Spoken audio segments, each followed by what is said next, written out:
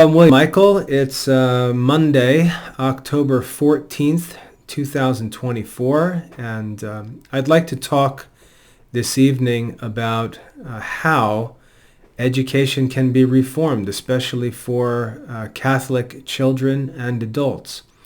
Before I get started, I just want to share some news. Our lay Dominican group here in the Charlotte Diocese is about to begin a podcast program where we're going to be talking about practical issues that are of concern to people who are new to the church. So converts coming into the church, going through RCIA and being received into the church. Often after their reception, they're just sort of left to sink or swim on their own. And we're going to begin publishing talks. Again, this is our lay Dominican group here in the Charlotte Diocese, where we discuss a lot of the practical issues that new converts face, and we'll be doing it from a number of different perspectives with different members of our Dominican group contributing.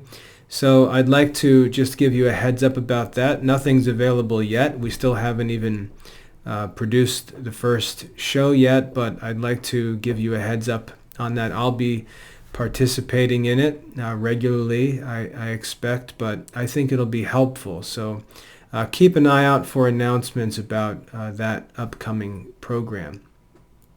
I think it's going to be good. Some really, really good people involved. As I said, I want to talk about how education can be reformed, because when many of us think about the problems in education, I think we just feel like there's nothing that can be done. I think we feel like it's this giant, Frankenstein monster that's just run out of control, and there's really nothing that can be done until this thing finally just crashes somehow. And that's why people love to talk about everything crashing and the economy crashing, the sky is falling, because they really don't want to work through the details of what would be necessary for real reform. And so they just choose to go to this, nuclear option, which is that everything blows up and falls apart and somehow we start from scratch again. But that's not realistic. I think it's better for us to look at examples through history like St. Francis and what reform looks like, and the Jesuits in the 1500s and what reform looks like, and so on, than to always play this silly game and be predicting the complete collapse of everything, because that's just silly, right? We really can reform education. After all, we created the educational system. We've created all the problems, and consequently, we can fix them.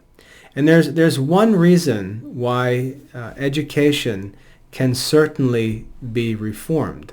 One important reason why not only can education be reformed, but it can be reformed quite easily. And that is that education serves other ends. Education serves other ends. So ultimately, we often put all the blame on education. We put the blame on schools and colleges and so forth. But really, the blame needs to be put somewhere else. And the blame needs to be put on businesses and other educational institutions, even religious communities that make expensive education necessary. And they do this arbitrarily. They do this for no necessary reason. They simply decide when they establish their admission policies or their recruitment policies, hiring policies, and so on. They decide to make expensive college degrees a requirement for their institution, and that really becomes the cause of all of the trouble. That's the source of all of the trouble. For example, just think how ridiculous it is to have a graduate school program, right?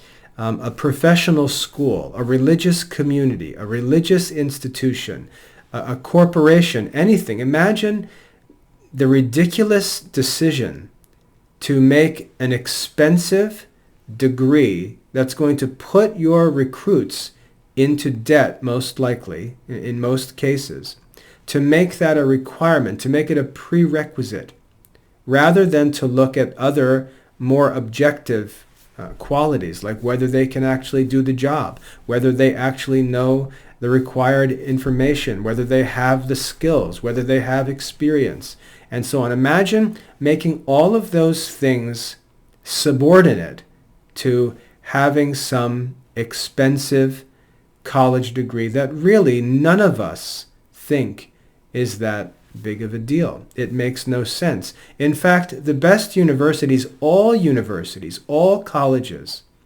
reveal that they really don't think that degrees come before success. And the way we see that is by the giving of honorary degrees. If degrees were necessary for success, it would never make sense to give an honorary degree. In fact, an honorary degree would be an impossible idea. It wouldn't even make any sense. How can someone possibly have done something to merit a degree without first completing the degree? So the fact that all of these schools give honorary degrees proves that none of them believe that success in a field is dependent on their degrees. They reveal the sham of the whole thing when they give an honorary degree. And usually the honorary degrees are given for the hope of some kind of financial reward that comes from a relationship with some successful person who doesn't have their degrees. You know, we look at all of these honorary degrees that are given, and you'll see that it's some business person, let's say a Mark Zuckerberg who dropped out of Harvard and then became a billionaire, gets an honorary degree. Well, doesn't that prove to us that success comes apart from the degree? Of course it does. But we have this system in place, and it's perpetuated. It's being perpetuated, not by the colleges, not by the schools. This ridiculous system is being perpetuated by institutions, destination institutions, that make these degrees necessary for hiring, for admission, and so on. And so it's really their fault for some irrational prerequisites or requirements for their admission and recruiting and hiring and so on. That's really where the problem is. They set up this arbitrary rule that in order to work for this place or be admitted to this community, you have to have a certain degree, and these degrees are almost always very expensive, and they bring all kinds of debt and financial trouble to the people who obtain them. Now, that's not always the case. That's not always the case. Somehow, for example, I was able to pay my own way through college. I graduated. I used a little bit of student loan help along the way, but I was able to graduate as a college student without much financial support. So it's not always true that these degrees can be very expensive, but the average student debt, I think it's like $30,000. And if we were to go to these students and ask them, hey, why are you seeking this degree in the first place? Why do you need this expensive degree? The answer would be because it's required for this field that I want to go into after I'm done with my studies and I get this degree. And realize these degrees, half of the credits are general education requirements and electives that have almost nothing to do with the actual field that people end up working and studying in. And we look at this whole system and it just really doesn't make any sense. But the reason why it can be reformed is because we can change the requirements because of the free market.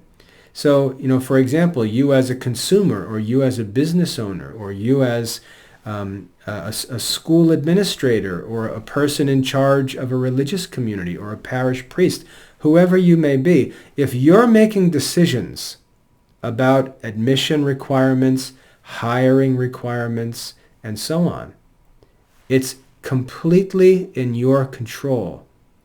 And you can change it in a moment by simply saying, we're not going to make an expensive degree a requirement for admission, for hiring, for entrance, and so on. We're going to look for these other objective qualities that may be obtained without going through an expensive and unnecessary and overall unprofitable college degree program.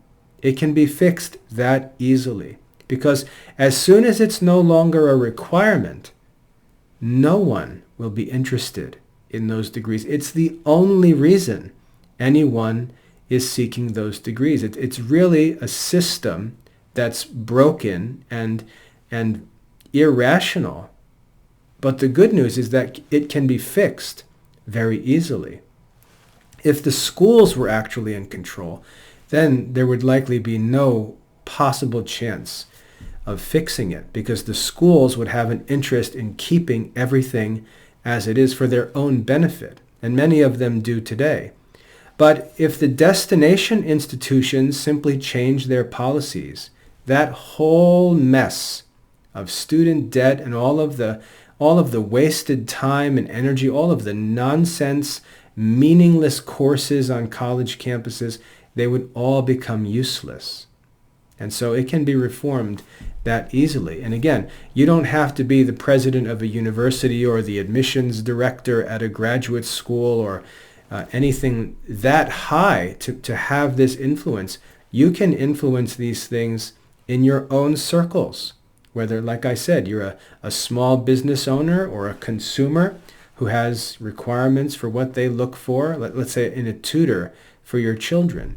You can choose to say, I don't care about some expensive degree that doesn't necessarily prove anything about the service or the product that I'm looking for. I'm going to look to the service itself. I'm going to look to the product itself. I'm going to look at experience and references and results and so on, not this arbitrary nonsense.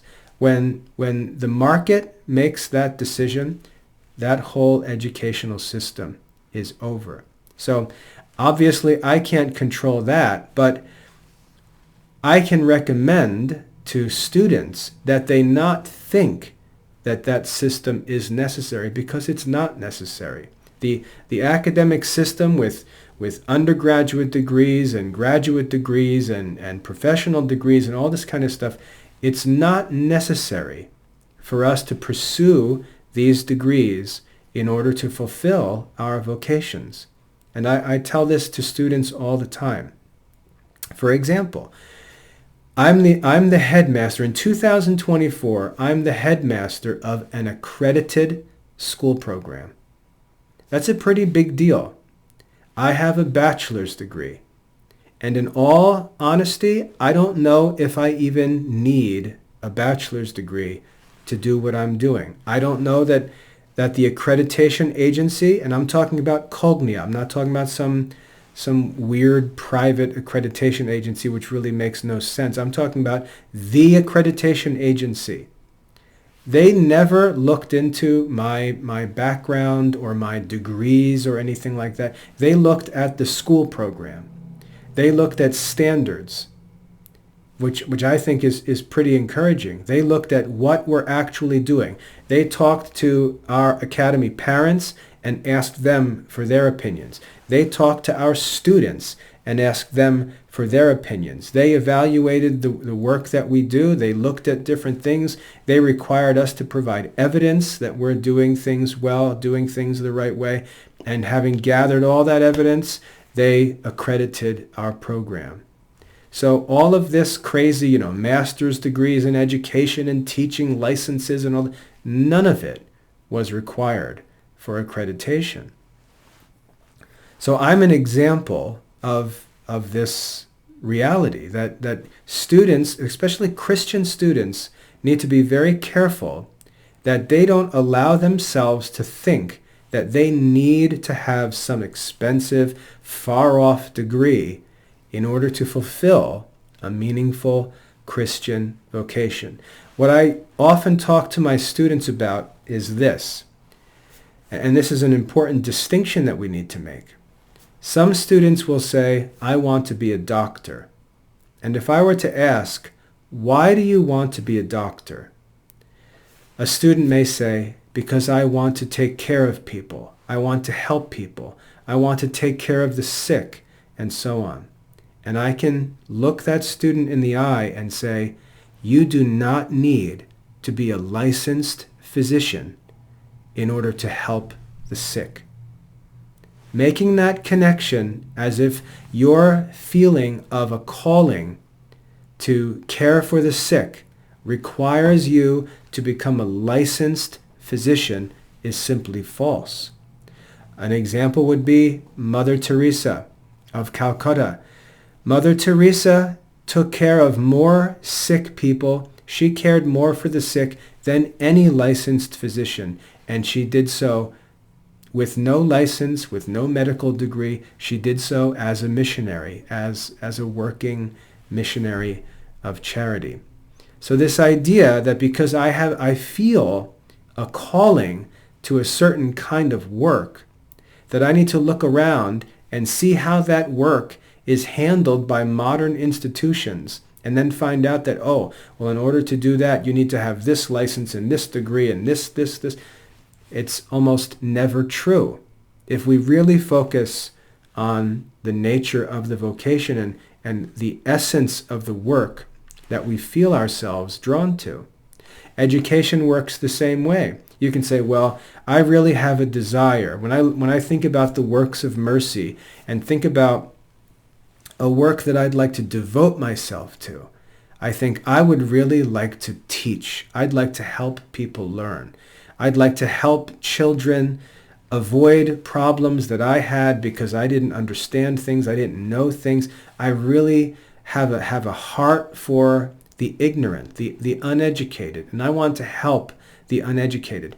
You do not need to get a teacher's license from a state government to help the ignorant. So we have to be careful. We have to be honest at the same time, because I think a lot of people are not honest when they talk about what they have a passion for or what they have a desire to do.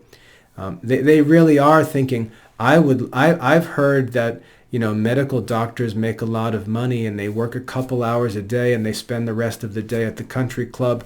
That's what I'd like to do. But I'm gonna talk about helping the sick and caring for the needy and things like that. I think a lot of people do that because the actual vocation to care for the sick doesn't require a medical degree of those who do that work. The vocation of instructing the ignorant doesn't require a state teaching license or a PhD in order to do that work. So we've got to be honest and careful when thinking about and talking about vocations to ask, what does this work that I want to do really require? What does it really require? Does it require this degree? Does it require this license? We'll often find that it doesn't require that. Another good example. A few years ago, I had a student who wanted to devote himself to a religious vocation, wanted to devote his entire life to Christ, loved to study, and was concerned about preparing himself for a life of contemplation, of study and preaching and so on. And what I explained to him is what I would recommend for a young man interested in that sort of a vocation is not to go to college and go get your college degree and then join a religious community. My advice would be to join a religious community and then pursue your education as a member of that religious community. So my advice to students, to those discerning vocations, is to really ask what the essence of the vocation is and what's required to go and fulfill that vocation. Because you'll often find that all of the warnings and the dangers and the negative talk and all of the apparent trouble and difficulty and cost of these things is really not true. It's not true. You've got to really think carefully about what's required. And that's something that I've always had to focus on, even in my work in education, was not listening to that first wave of negative input, negative feedback, negative advice that people always have. Everything is always impossible. Oh, you have to think about regulations and codes and inspections and licenses and permits. And I have never found that any of those things actually get in the way of doing the simple work, doing the essential work of my vocation. In fact, I've always found, and my wife will verify this, that when I talk to inspectors, or when I talk to a zoning board, or when I talk to just anyone in local government that works with regulations, inspections, and so on, I almost never get that message from them. That, oh, this is impossible, it's difficult, you can't do it, this is too... I never get that message from them. But what I have to figure out is, what am I actually allowed to do within the law, and how can I creatively work to solve the problems and actually accomplish the objectives that I have within the restrictions that are established by the laws, within the obstacles, as it were. So I may have in my mind this one clear path to do something, and I may find that there are regulations that don't make that possible. But that doesn't mean it's not possible. It simply means that that way of pursuing that goal is not possible. I need to think more creatively about how I can get where I'd like to get. I may have to make changes to my plan and come up with a more complicated plan, or work in phases, divide the plan into parts, and so on. But the criticism, the negativity, the discouragement that we often get when we talk about wanting to do something great, we have to learn to push back on that. We have to learn to ignore that, because the things that we desire to do, when we're seeking to do God's will, when we're confident that there is certain work that God wants done in the world, God wants all of the works of mercy carried out, for example. We know that. We're taught the works of mercy by God himself. We know it's his desire. When we find that it appears that there are regulations or obstacles in the way, we simply have to calm down and patiently navigate through those things, because there is a way, but it often challenges us. And I think it actually tests the sincerity of our intentions, to see whether we really do care about what we talk about, or whether we're actually looking for the first chance we can get to excuse ourselves and just say, oh, can't do it, oh well, we tried, because that's never true. So when we talk about education, what I'd like to suggest is the following. There are some times when the pursuit of a degree or a license of some kind is absolutely necessary. There are times where it's absolutely necessary. But I believe that when that's true, there's also a way of pursuing it that doesn't require any foolish choices, any self-destructive choices, and so on. And again, it may be complicated. It may not be the path that other people are taking. For example, it took me 6 years to finish my undergraduate degree because I was committed to not borrowing money. I had other responsibilities. I went to church every Sunday all through college. I studied scripture. I was busy with evangelization work and other things. I was committed to much more than just my degree. And so it put my degree in its proper place, and I worked at it little by little as I was able to. Trying to live a responsible life in the present, not using my desire for a degree as an excuse to neglect the greater priority, which is my actual obedience in the Christian life. So sometimes the plans are complicated, but the things that we need to do sometimes do require us to get a degree or get a license or pursue something that takes a lot of money or a lot of time. But there's usually ways to pursue it that are not destructive, that are not, I shouldn't say there are usually ways. There are always ways to pursue those things without contradicting Christian principles of living, certainly without ever needing to disobey any of God's commandments or any of the precepts of the church, and so on.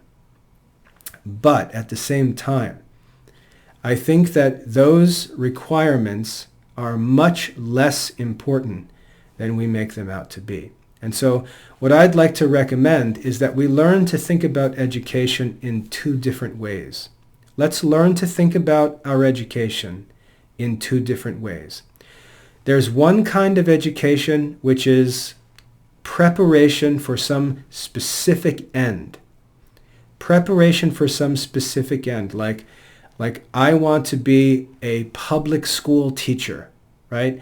If that's the end that you desire, and that may be a work that God is calling someone to. I'm not going to judge anything like that, because everyone is different. Our experiences, opportunities, circumstances, always different. So there could be a Catholic man or woman who says, I feel called to get involved in public schooling. And to do that, I need to go and get started as a teacher. And in order to do that, I need to get a teaching license. All right? There's a time when that's necessary. And I like to consider that just education that's pursued in preparation for some specific end, right? Education or preparation for some specific end. And we may have to accept the requirements of certain programs or licenses or degrees or certificates, and there's just no way around them. There certainly are cases like that, right? That's one kind of education. That's one kind of education, right? And we need to keep it in its own place. That's one kind of education. Another example of this would be a high school diploma. For example, my kids have, almost all of them have gone into the military when they turned 18 years old. And the requirement for them to get into the military is I've got to provide the military with a diploma and a transcript, right? So we know that in order for my kids to go and pursue their interest, which is to serve God in the military, we've got to complete the requirements for a high school diploma. That's a specific form of education with specific restrictions and requirements in preparation for a specific end. That's one kind of education. And we have to keep that kind of education in its place. Because outside of that, we have a responsibility for our own lifelong general education. And this is what I would consider the pursuit of wisdom, right? The general obligation that we all have to pursue wisdom with all of our might through all of our life as we simply grow as human beings, seeking to serve God in the best way possible in changing circumstances all through our lives, but with a steady goal, a steady focus that perseveres through all things. That education is something completely different from that very specific preparation for some desired end. The general responsibility that we have to pursue wisdom is separate. It's something that's lifelong. It's not restricted to a certain program. It's not restricted to a certain degree. There's not a certain time limit put on it.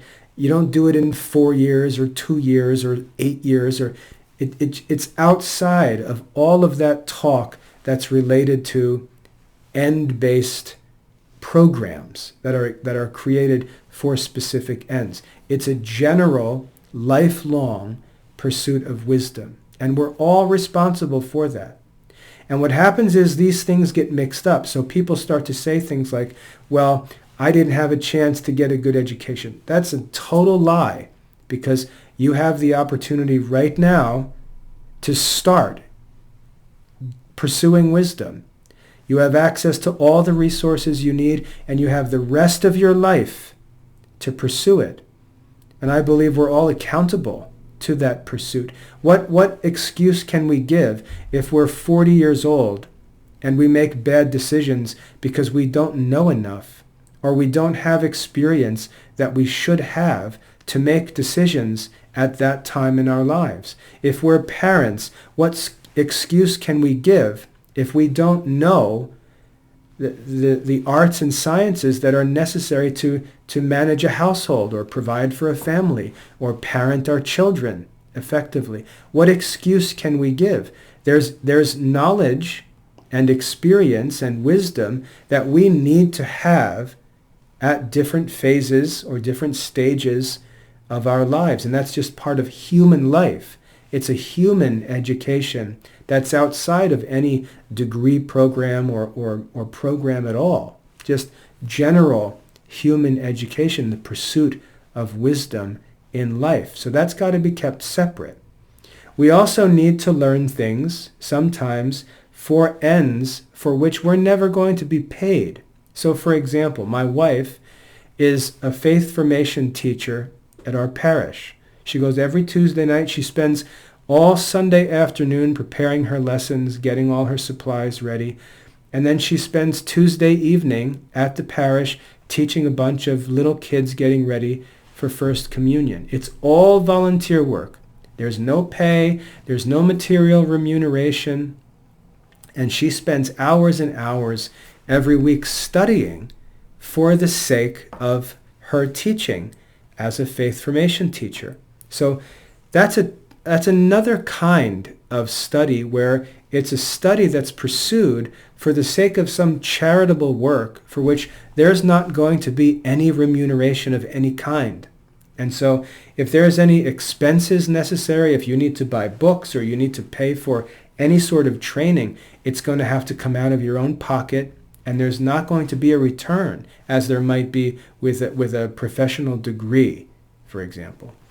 So that kind of work, because there's no material remuneration for it, and because it's done at no cost to those who benefit from it, it's charitable work, that needs to be done in a way that isn't expensive. It can't be expensive. And so we can see 2 or 3 different kinds of education that we're responsible for, 2 or 3 different kinds. But they're different in the sense that some, if we obtain them, we're remunerated for it. Others, there's no remuneration.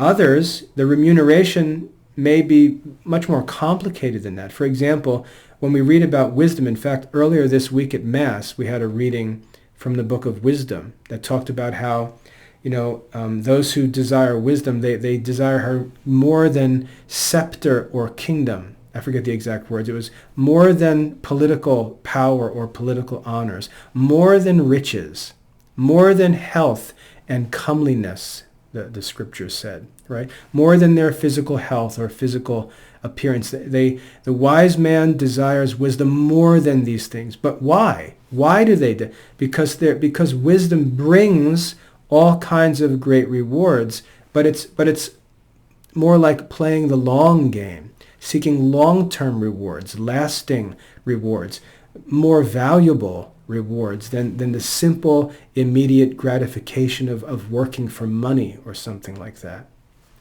So the pursuit of wisdom is often done not for an immediate reward, but some long-term, lasting rewards. So this gets pretty complicated, and we need to think about all these things, because when we look at what's happened in modern education, it's like we've taken general human learning and all of this service learning, the kind that's needed by a faith formation teacher, the kind that's needed for a man who just wants to study so that he can be a good husband and a good father and learn how to handle his finances and manage his household. And what we've done is we've taken every kind of learning, every kind of learning, and we've crammed them all into expensive degree programs. We've crammed everything into this system, this college system. So it's like, oh, you want to become a faith formation teacher? Well, look, this Catholic college has a faith formation teaching degree program, and the credits for this program cost the same as the credits for an accounting degree or for a business management degree. And you can just see how that makes no sense. It makes no sense how a college can charge the same for degree credits, knowing that these studies are aimed at completely different ends. It really doesn't make any sense. It seems to me, this is one of my criticisms of Catholic colleges. It seems to me that Catholic colleges have abandoned their original mission and have just gone into all of these secular fields, business, accounting, science and medicine, we can go on and on, computer programming, all this stuff. So now you've got Catholic colleges offering these secular programs, and they offer them at whatever the normal rates are, credit costs and things that are found at secular colleges. But now those Catholic colleges also offer all of the traditional Catholic subjects at the same rates. And so it makes no sense.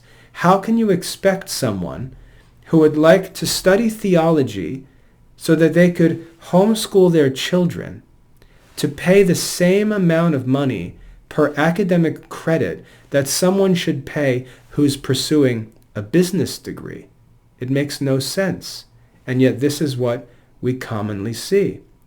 And so we can see how everything has been sort of forced into this one system of education, which is very expensive and really has nothing to do with the ends that we're seeking, the ends that we're seeking that knowledge for. Why should someone who wants to study, let's say, classical liberal arts, which are not for money-making, they're for the sake of wisdom, they're not for money-making, why would someone want to go and pay $400 a credit to study a subject for which there's no financial remuneration? It doesn't make any sense. It doesn't make sense that that's the appropriate place to pursue studies for this end over here. Why would it make sense for a faith formation volunteer to go and pay $300 a credit so that he or she could learn the theology that's necessary to be an effective faith formation teacher? It doesn't make any sense. But we're channeling everything. Every kind of learning is being challenged into the college system. And it's just irrational. It's unsustainable. There's no way to do things like that. And there's no reason to do things like that. Now, I said before, one of the reasons people are doing that is because institutions are, in my opinion, stupidly making requirements of such degree programs. They're creating the whole problem just by arbitrarily saying, you know what, in order to do this work or to do this or to do this, you need to have a degree. And so that sends this person into this expensive modern college degree program that is designed to serve secular ends where there's financial remuneration, and we've just got this mess. And so what we end up having is, let's say, faith formation teachers who have no theological training because they simply can't afford to go and sign up at the Catholic university to take a Catholic theology course because it's $400 or much more. That's per credit. So if it's a 3-credit course, you're talking $1,000. I see prices like that. Sorry for the background noise. I see prices like that for online courses. An online course at a Catholic college, and they'll charge the same amount of money that an in-class, on-campus course it really makes no sense. And there needs to be a wake-up call to this whole world of education, because it's simply not necessary. It's simply not necessary. Now, the problem is that most people who get into education are actually looking for these financial rewards. They're looking for the opportunity to charge $1,000 to teach a theology class, and it's just not realistic. So my goal in the Classical Liberal Arts Academy, really focusing on the classical liberal arts, philosophy, theology, humanities, service, education, and so on, is to allow us to separate ourselves from this modern college degree system, because it's just unsustainable, and it's actually an obstacle in our way that we've got to get away from.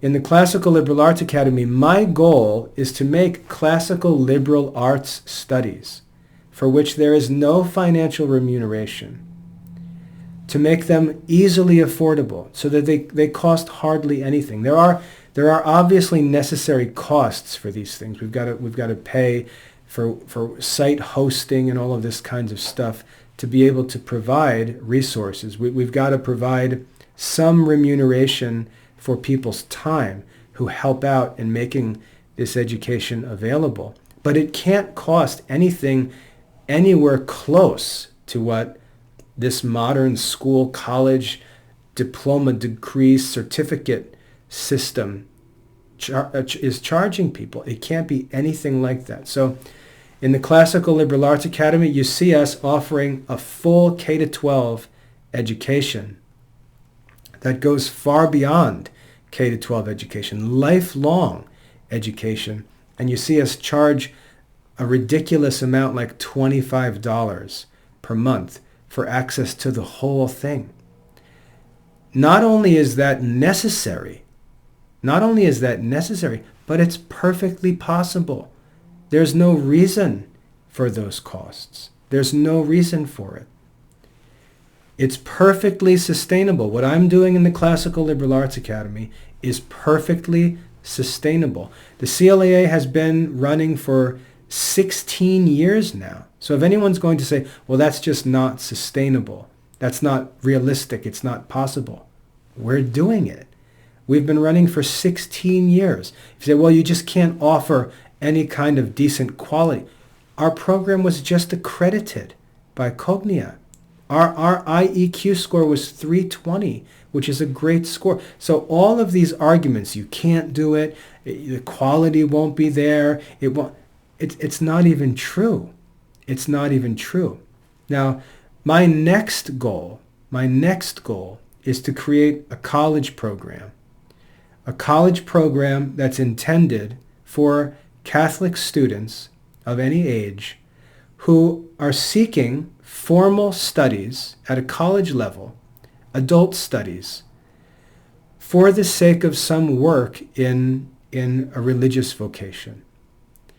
I want to create a college program for people interested in religious vocations, religious work, the works of mercy, missionary work, evangelization, and so on. I want to make a college program that costs nothing more than our regular basic program in the academy. Just the basic student plan that allows people to continue studying, gives them access to all courses, all resources, and so on. That's the next project on my agenda, is developing a college program. And I'm seeing things aligning for this to be possible. I'm seeing interest from adults, which is the first thing. You have to have students in order to offer a degree program. And let me just talk about how this works real quick. In the state of North Carolina, in order to offer a bachelor's degree, you've got to be approved by the Board of Governors of the University of North Carolina. So in order for me to create a program that offers a bachelor degree to a person, who completes our program, I've got to be approved to do so by the Board of Governors of the University of North Carolina, and they've got some requirements. Now, when I say that the mission of our program is to provide an education, to provide a bachelor's degree in studies for people interested in religious vocations, I am immediately exempt from college licensure requirements. The minute that I say the purpose of our program is to serve students interested in religious vocations, our college program is exempt from licensure requirements. So when people start with oh, you have to do this, it is not true. It's not true. We can start Classical Liberal Arts College as soon as we enroll our first students in the program. Well, who will those students be? They'll be students who desire the courses that we offer in Classical Liberal Arts College, and they desire them for the sake of using them either in their own private life or in the work of religious vocations, religious apostolates, even lay apostolates, and so on. Those who understand what's needed and who value the quality of our courses can enroll in the college program, and we can offer a bachelor's degree program with no requirement for college licensure in North Carolina because we serve religious vocations. So all of the boogeyman talk about how everything's impossible and expensive, it's simply not true. Now, I could choose to pursue accreditation for a college program. I could choose to pursue accreditation for a college program in the future, just like I pursued accreditation for the academy program over the past couple of years. I could pursue accreditation for a college program, and I think that in time I would be able to get it. But that's not necessary. It's not necessary for us to have an accredited college program. Now, why would we even need an accredited college program? Because graduate schools and seminaries and other institutions simply make accredited degrees a requirement. That's the problem, in my opinion. That's the problem. Those requirements, which are arbitrary. Now, let me say this. If accreditation worked the way that these institutions pretend that it works, that would make sense. If everyone had to compete for accreditation and only the best schools could get it, and accreditation was actually a mark of superior learning, or accreditation was a mark of some objective achievement in learning, that would make sense. But that's not what accreditation is. That's not what accreditation is. To get a degree from an accredited school does not mean that you know more than a student who has a degree from a school that's not accredited, or that you know more than a student who didn't even attend a school but studied independently. The only way that you could know which of those three students knows the most is to examine them. That's the only way. The only way that you could know which of those three candidates was the best would be to examine them. And these schools, these institutions, are not willing to do that. And so they set up these lazy requirements that have all kind of negative implications on the lives of people willing and able to do these things, but who are restricted and hindered by unnecessary requirements. Now, what's funny about all of this is that Christians embarrass themselves. Christian institutions embarrass themselves because they act like they're slaves to these requirements. They act like there's nothing they can do about it, like it's completely out of their control, and yet these are private institutions. They're private institutions. They're not even accountable to these standards. They're not even required to do these things. They're private institutions. But they almost pretend that they're handcuffed by these regulations, which are intended for public institutions. It makes no sense. I have no idea why they do it. For example, if you were to look at a local Catholic school, and if you were to, dig around their website, they usually have a page where they've got employment opportunities posted. And look at the requirements to be a teacher at a local Catholic school. They will almost always say that a teaching license is preferred or even required. Why is a secular teaching license that was created to measure qualifications for public school teachers, why is that being required or even preferred by a private Catholic school? It makes no sense. There's no requirement for that. There's no obligation for that because they're private schools. So it simply doesn't make sense. Now, I was saying before, what's funny about this is we'll see higher institutions just call these things off whenever they feel like it. For example, we just saw all the universities decide that, we don't care about SATs anymore. We're not going to require SATs for admission. And they just changed the policy like that. No problem. No problem changing the admission policy. No problem changing the requirement. No problem. SAT, ACT, no longer required. All of my kids so far, I've had, let me just think real quick, 4 kids admitted to college. Not one of them has taken the SAT. When I was 17 years old, you couldn't breathe without taking the SAT. You couldn't even imagine getting into college unless you had a good SAT score. 4 kids, adult kids of mine, 4 kids in college, 2 of them, one of them graduated, one in her senior year, another one a junior. None of them have been required to take an SAT test. Why? Because the institutions chose to change the requirement. It's that simple. I can't understand why Catholic institutions don't change their admission requirements. I'm not asking them to lower standards because the standards that they have don't even measure what is really needed for success in those institutions. It really doesn't even measure. It's not even relevant. It's like they're trying to impress secular institutions, but then the secular institutions show that they don't even care about this stuff. Harvard, Yale, Stanford, just throw these requirements out of the way.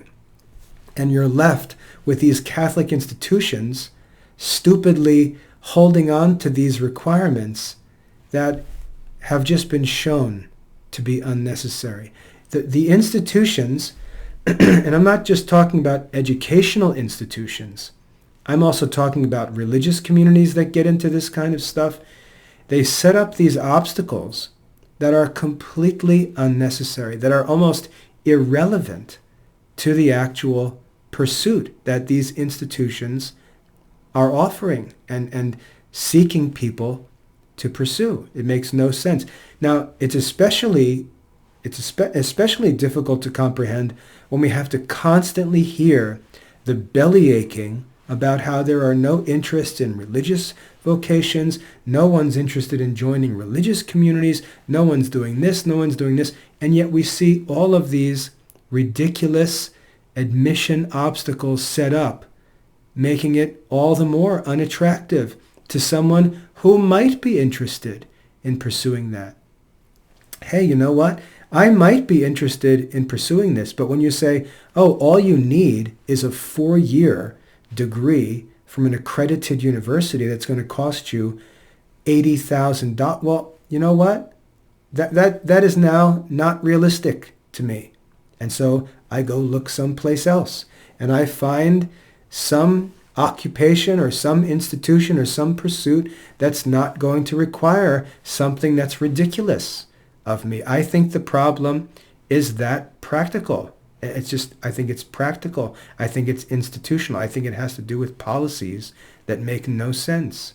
So what I would like to do, and I'm going to share this even though it's quite personal and private, what I would like to do is create first of all, a program that allows for that general study I talked about, where people could get involved, get enrolled in the CLAA, and just enjoy the studies for their whole life. Philosophy, theology, classical languages, literature, history, all of the different arts and sciences, they can just study and enjoy these things as their intellectual culture for life and pursue wisdom through these studies.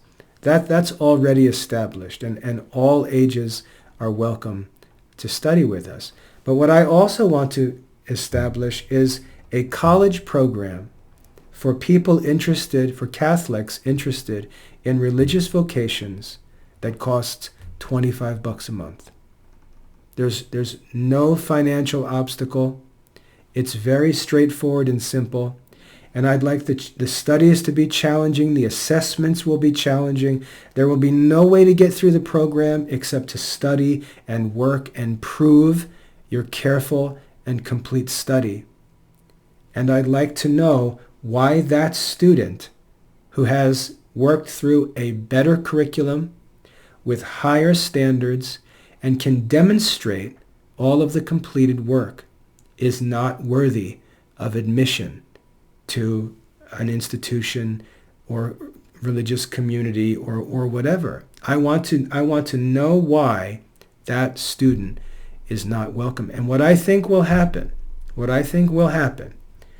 I think that when those students are produced, and we can demonstrate that these are students who have studied, they know the material, they're pursuing these things for the right reasons, they're studying with the right intentions, and they are high-quality students, I think that those artificial and unnecessary restrictions will be moved out of the way. That's what I believe. But in order for that to happen, I think we have to create those quality students first. And that's going to be the mission of Classical Liberal Arts College. So can education be reformed? I think it can be reformed very easily by changes at the top of the mountain where the water begins to flow. I think the changes are very simple and they can be made at any time. But I also think that they're kept in place for lots of foolish reasons, self-destructive reasons. But I think that those institutions and the people who do that, who maintain those standards, I think they're allowed to get away with it because we're not producing quality students that show those requirements to be ridiculous. I think we have to create and raise up those quality students for whom there can be no justification for not receiving them into higher institutions or into religious communities and so on. And until we produce those students, we really can't complain because they can just say there's no one qualified. And they're right, there's no one qualified because Christians have allowed themselves to be persuaded that if you don't pursue an education in one of these expensive degree programs, there's just nothing to do. And that's false. That's false. The studies that need to be pursued are all open before us. They have nothing to do with expensive college degree programs. They have nothing to do with that. And until we show ourselves sincere in the pursuit of wisdom by studying these subjects, not just during our school years or when we need some money or we need a new job, but for their own sake, for the right reasons, for wisdom, which brings us all of the benefits of a wise and prudent life. When we pursue these studies for the right reasons, in the right way, with the right standards, the right goals, we'll begin to have the results that then can really challenge these obstacles in modern culture and cause things to change. Plus, on top of all of that, the fact that in the private sector, there's so much work that can be done by people who just do the work. Just do the work. These things can be done and pursued without these expensive degrees and licenses and all this stuff.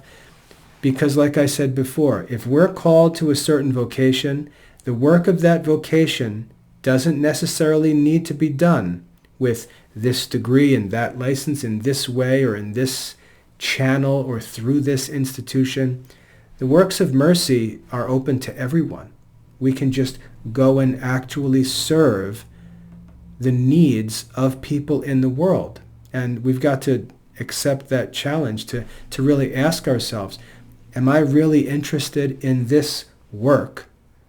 Or am I pretending to be interested in something virtuous? But really what I'm thinking about is that country club life of the medical doctor. Because for many people, I think we see that manifested by this act where they pretend they have to take this route, because that's obviously not true. How many of the saints have done these works with none of these degrees, none of these licenses, none of these certificates or diplomas, because they simply rolled up their sleeves and went out and did the works? We have to realize that that's what needs to be done, and it's going to be done by the laity. And the church is encouraging us to do it. That's the point of the Second Vatican Council, encouraging us, mobilizing the laity to do these works, and stop imagining that it's the clergy's job to do all of the works of mercy. It's our job. Our job is to direct temporal affairs according to God's will. We need education to do that. We don't need expensive degrees to do that. We need real education. We need real wisdom, real prudence. And there are studies we've got to engage in that we want for the sake of serving others at no cost. And there's no reason we can't have them. But we've got to learn to think about education differently. In the Classical Liberal Arts Academy, that's what we're doing. We're seeking to provide for these studies where people are seeking wisdom for the sake of wisdom. People are seeking to study philosophy, theology, classical languages, and so on for the sake of service, for the sake of volunteer work and religious vocations and so on. So the system is in place. It's developing. It's just a matter of time. But again, I think the biggest obstacle is that we're thinking inside of this modern, expensive degree, certificate, diploma box, and there's just no reason for us to do that. So I'd like to challenge you to think outside that box and ask, what do I really need to do what God is calling me to do in the world? I really don't need that expensive degree. I'm free to go and do these things. I need education. I need to study. I need to learn. I need contemplation. But these things are free. These things are not expensive. I don't need to go through that system to get what I need. So think outside the box. I'd like to know your thoughts. God bless.